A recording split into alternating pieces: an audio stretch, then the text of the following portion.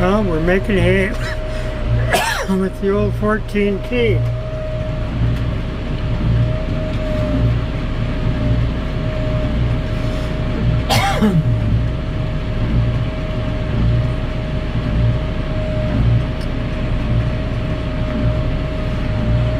This was my sister Melissa's baler. When she passed, I acquired it.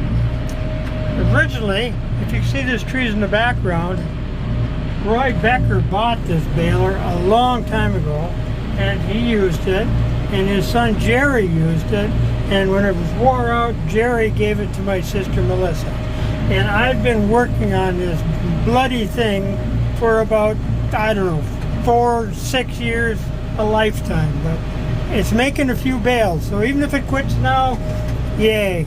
Okay, that's what's going on today. Take care, God bless.